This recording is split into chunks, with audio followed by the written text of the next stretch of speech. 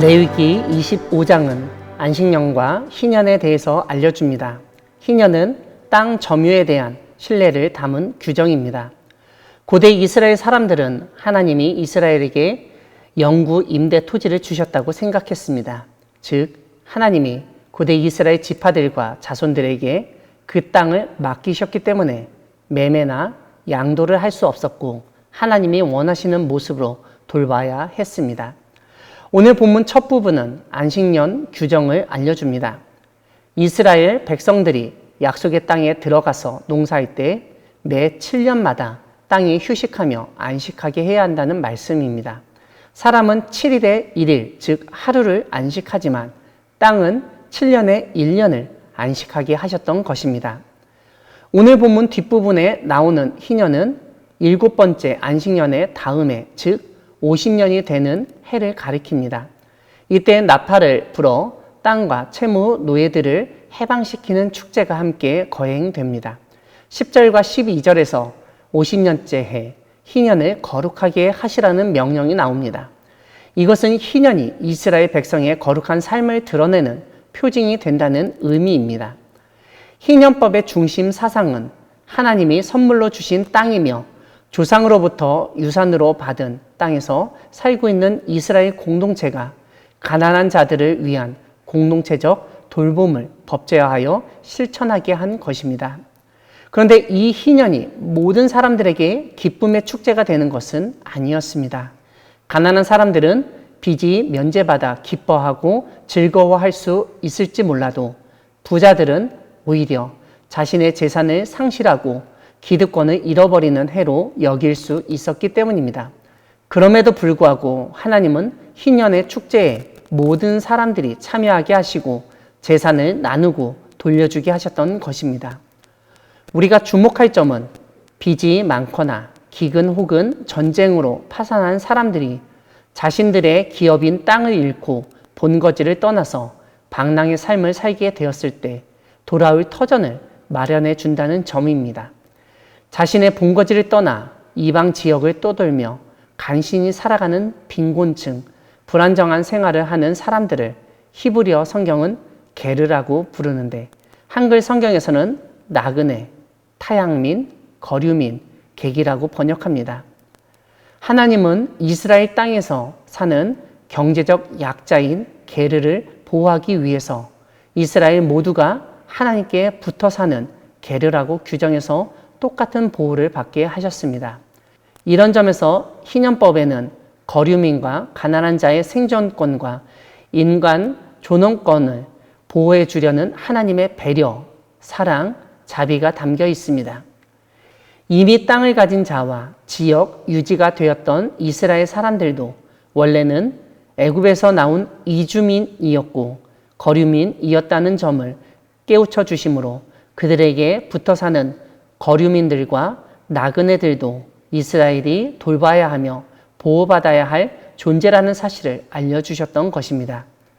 무엇보다 가나안 땅을 소유하지 못했던 이주민인 이스라엘에게 가나안 땅은 영속적으로 매각할 수 있는 사유재산이 될 수 없었습니다. 왜냐하면 땅은 하나님의 것이고 이스라엘 백성은 하나님에게 붙여 사는 나그네였기 때문입니다. 하지만 25절부터는 재정적인 이유 때문에 현실적으로 자신들의 토지 재산을 팔지 않으면 안 될 상황에 직면하는 점을 언급합니다. 그리고 그 팔린 토지 재산이 원래의 소유자에게 궁극적으로 회복되는 과정에 대한 규정을 알려줍니다. 매각된 땅이 다시 원래 주인에게 돌아오는 방법은 첫째, 원주인이 그것을 다시 사들일 때입니다. 둘째는 친족이 팔린 토지를 다시 사서 가문의 재산으로 복구시킬 때입니다. 셋째는 희년이 오면 성벽으로 둘러싸인 지역 안에 있는 집을 제외하고는 토지 재산은 원주인, 원래 소유주에게 돌아가게 하였습니다. 사랑하는 광야교회 성도 여러분, 하나님은 집과 땅을 잃은 가난한 사람의 빚을 청산하고 살아갈 터전을 마련하도록 희년이라는 놀라운 제도를 규정하시고 지키도록 하신 분이십니다. 하지만 희년은 어디까지나 하나님이 하나님의 백성인 고대 이스라엘에게 땅을 주시면서 명령하신 말씀입니다. 그러므로 오늘날 우리에게 그 희년의 말씀을 바로 적용하기는 무리가 있을 수 있습니다. 무엇보다 우리나라 사람은 고대 이스라엘처럼 하나님이 주신 땅을 온 백성이 골고루 나눈 적이 없다는 사실, 자본주의와 사유재산 제도에 너무 익숙해져 있기 때문에 희년이라는 제도를 우리의 삶에 적용하는 데에는 한계가 있을 수밖에 없습니다.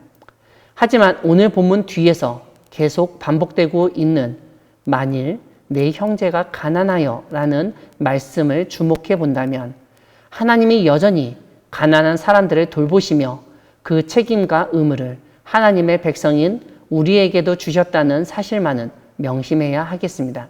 지금으로부터 27년 전 1995년에 우리나라가 하나님의 은혜로 일본 제국주의에서 해방된 광복 50주년을 오늘 본문의 희년과 연관해서 통일 희년이라고 불렀습니다.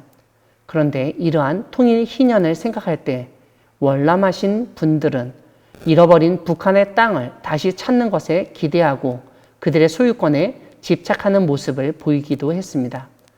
가난한 사람들을 돌보고 노예 생활에서 해방시키고 채무를 탕감해 주는 것에 집중하기보다는 더 많은 땅을 찾는 것에 집중하는 것은 바람직하지 않습니다. 오히려 지난 시간 동안 북한 땅에서 고통당하고 자유를 잃은 사람들을 어떻게 우리가 해방시키고 돌볼 수 있을지 고민하고 그들과 더불어 함께 살 방안을 마련하는 것이 참된 희년의 의미이지 않을까 생각합니다. 무엇보다 희년은 경제적으로 부유하거나 가난한 하나님의 백성들이 하나님이 원하시는 아름다운 공동체로 돌아가는 해입니다.